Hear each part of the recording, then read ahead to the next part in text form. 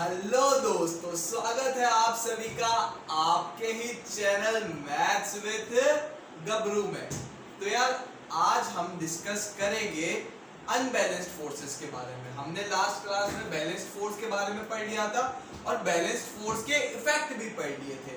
आज हम डिस्कस करेंगे अनबैलेंस्ड फोर्सेस के बारे में। तो अनबैलेंस्ड फोर्सेस नाम से ही पता चल रहा है कि वो चीजों को अनबैलेंस कर देते हैं।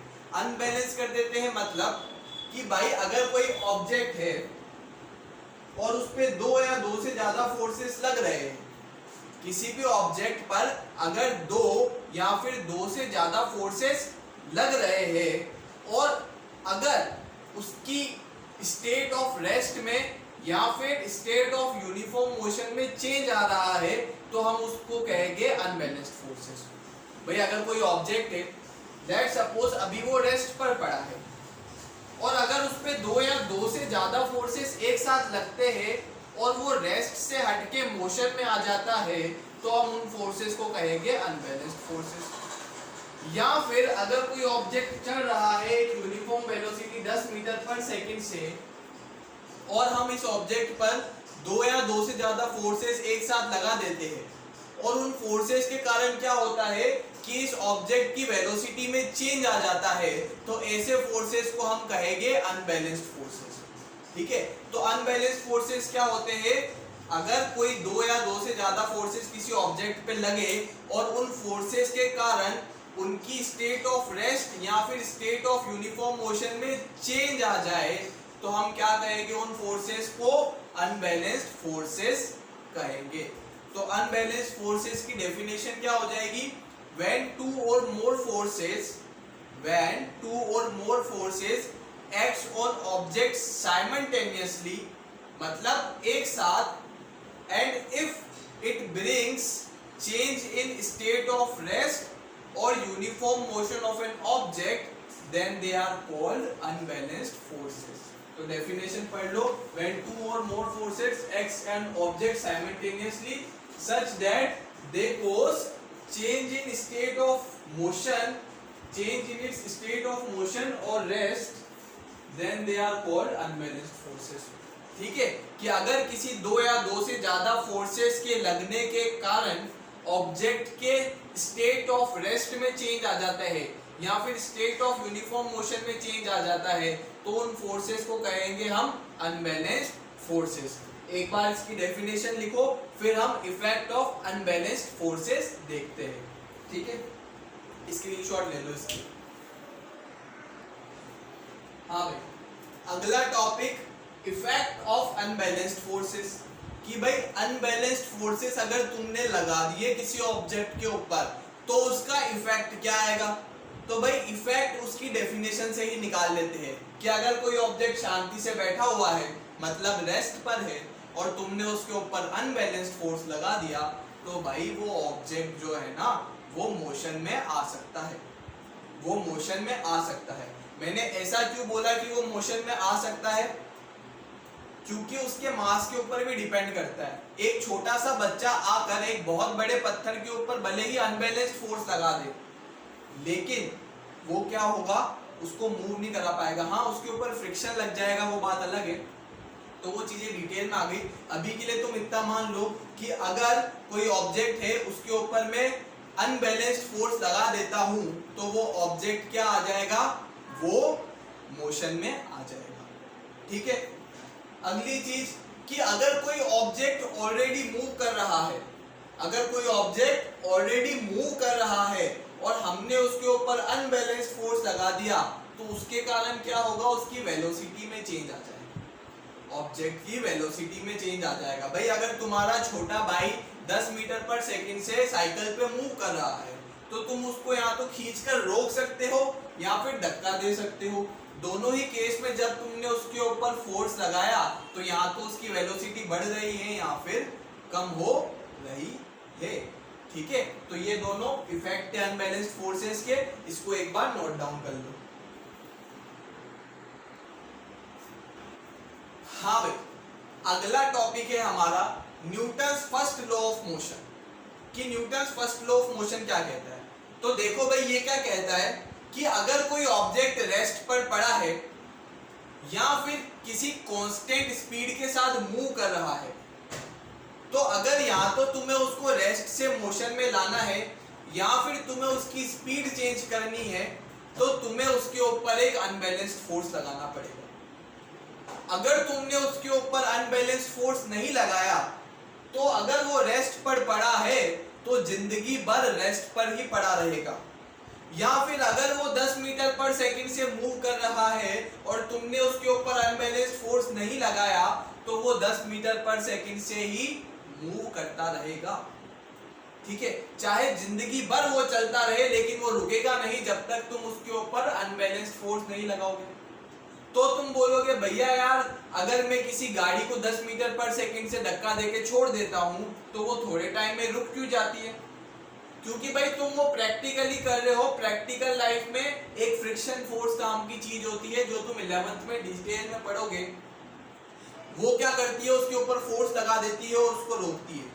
अगर वो फ्रिक्शन को निकाल दूं तो अगर तुमने किसी ऑब्जेक्ट को धक्का दिया ना 10 मीटर पर सेकंड से, तो वो जिंदगी भर 10 मीटर पर सेकंड से ही चलता रहेगा जब तक उसे कोई रोके ना। और भाई सिंपल सी चीज है, अगर ये मेरा बोर्ड है यहाँ पर पड़ा हुआ है, अगर तुम उसको जिंदगी भर कभी फोर्स ही नहीं लगाते तो क्या वो यहाँ से हिलेगा? भाई साहब नहीं हिलेगा। इसी को कहते हैं Newton's first law of motion, कि अगर कोई ऑब्जेक्ट पड़ी हुई है तो अगर तुम्हें उसको हिलाना है तो उसके ऊपर फोर्स लगाना पड़ेगा। अगर तुम उसको नहीं हिलाना चाहते तो फोर्स मत लगाओ भाई, अनबैलेंस्ड फोर्स। या फिर अगर कोई ऑब्जेक्ट किसी वेलोसिटी के साथ मूव कर रहा है और तुम्हें उसकी वेलोसिटी चेंज करनी है तो तुम्हें क्या करना पड़ेगा? तुम्हें डेफिनेटली उसके ऊपर अनबैलेंस्ड फोर्स लगाना पड़ेगा। तो इसी को क्या कहते हैं? Newton's first law of motion. इसी का नाम एक और है law of inertia. Newton's first law of motion को लॉ ऑफ इनर्शिया भी कहते हैं। अब ये इनर्शिया क्या चीज है वो मैं तुम्हें इसके बाद अगले टॉपिक में बताऊंगा। अभी के लिए याद रख लो कि Newton's first law of motion को लॉ ऑफ इनर्शिया भी कहते हैं। और क्यों कहते हैं लॉ ऑफ इनर्शिया, ये जब मैं इनर्शिया समझाऊंगा तो तुम्हें समझ में आ जाएगा। एक बार मैं ब्राइटनेस थोड़ी सी एडजस्ट कर लेता हूं, फिर तुम स्क्रीनशॉट ले लो इसका।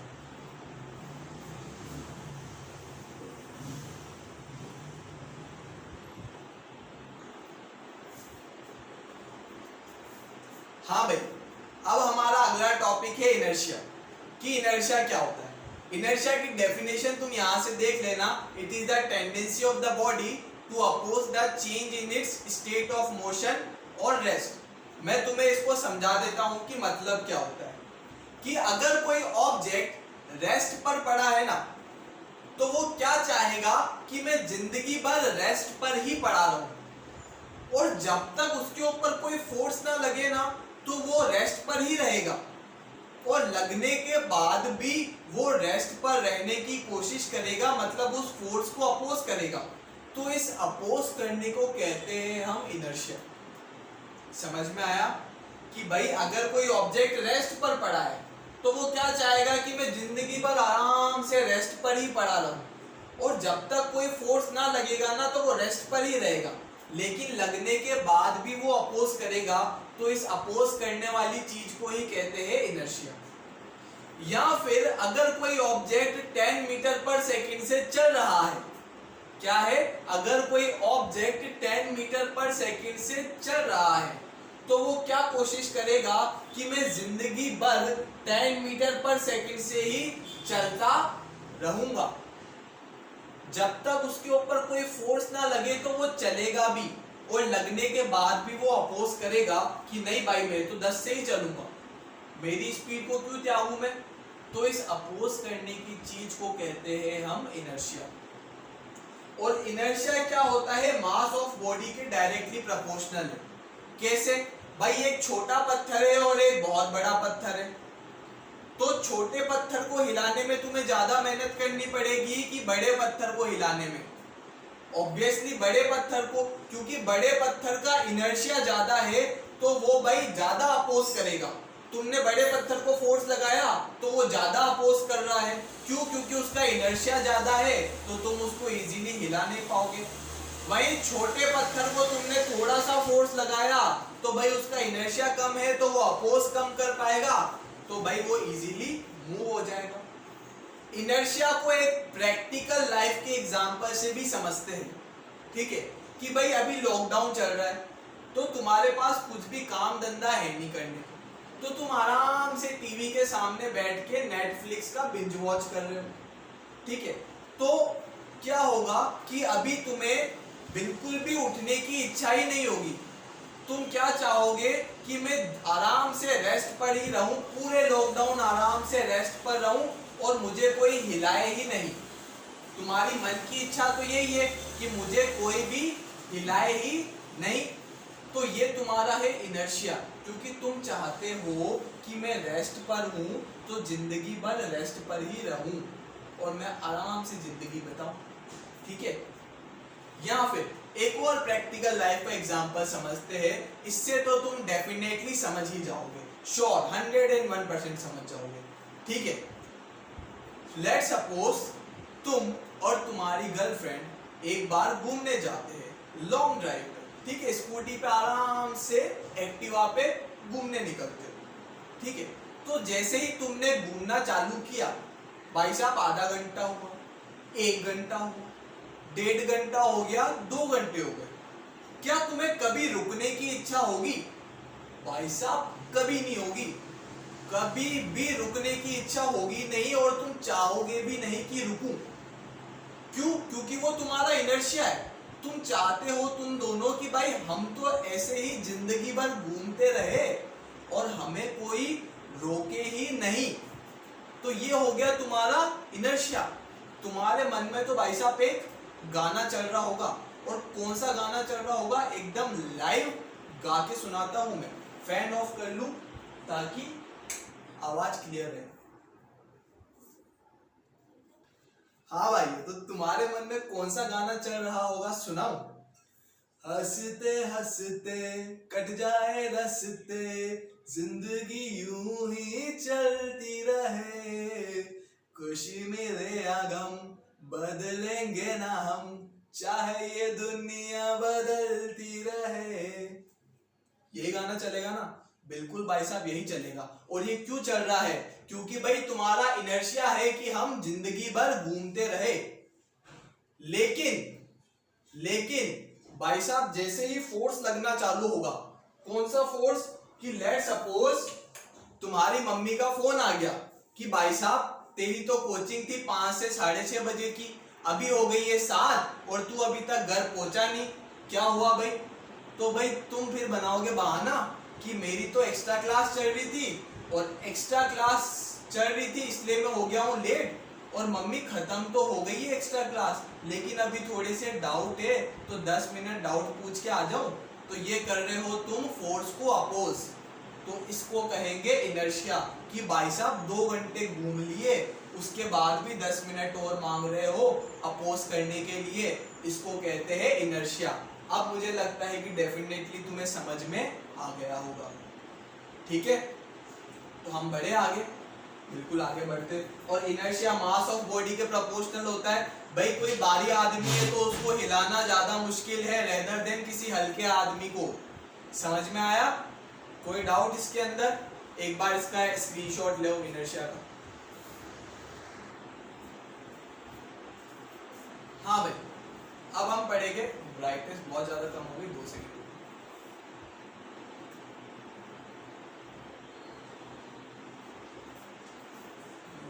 सही नहीं आ रहा।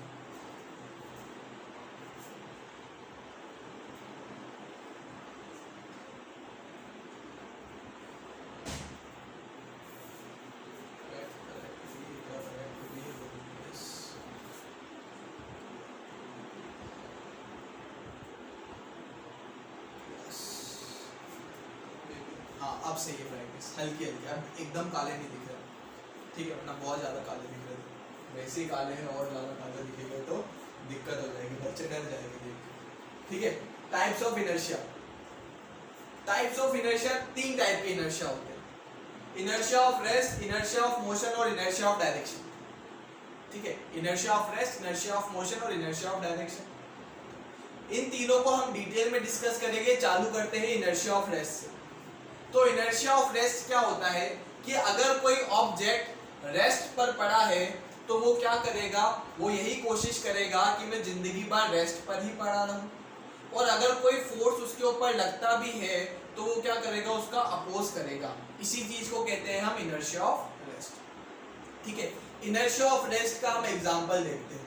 ठीक है, ये एग्जांपल मैंने लिखा है, लैंग्वेज तुम लिख देना, इस एग्जांपल को मैं समझा देता हूं कि अगर कोई अगर तुम एक बस में खड़े हो, ठीक है, अभी बस रुकी हुई है, ठीक है, अभी बस रुकी हुई है और तुम उस बस के अंदर खड़े हो, तो क्या होगा कि अभी बस की जो सरफेस है, तीन चीजों को कंसीडर करना है। ये बस का सरफेस, ये तुम्हारे लेग और ये तुम्हारी अपर बॉडी। ये बस का सरफेस, ये तुम्हारे फुट और ये तुम्हारी अपर बॉडी। तो अभी बस भी रेस्ट में है, तुम्हारे फुट भी रेस्ट में है और तुम्हारी अपर बॉडी भी रेस्ट पर है।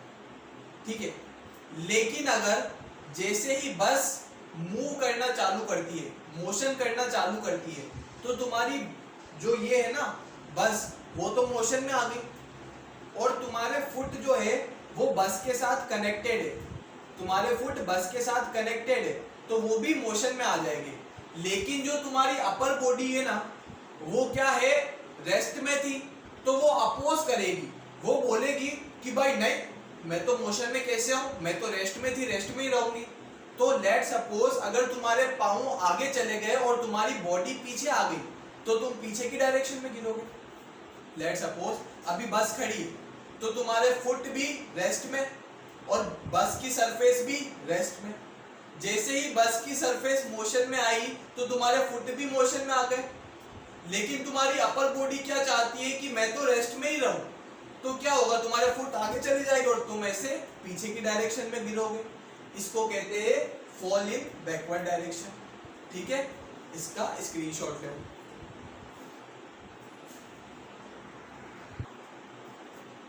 हाँ भाई, अगला एग्जांपल इनर्शिया ऑफ रेस्ट का देखते हैं। ठीक है, लैंग्वेज तुम लिख देना, मैं तुम्हें समझा देता हूं बस कि एक ग्लास है और ग्लास के ऊपर कार्डबोर्ड रख रखा है और उस कार्डबोर्ड के ऊपर मैंने एक कॉइन रख रखा है। ठीक है, जैसे ये ग्लास है, इस ग्लास के ऊपर कार्डबोर्ड और इस कार्डबोर्ड के ऊपर एक कॉइन।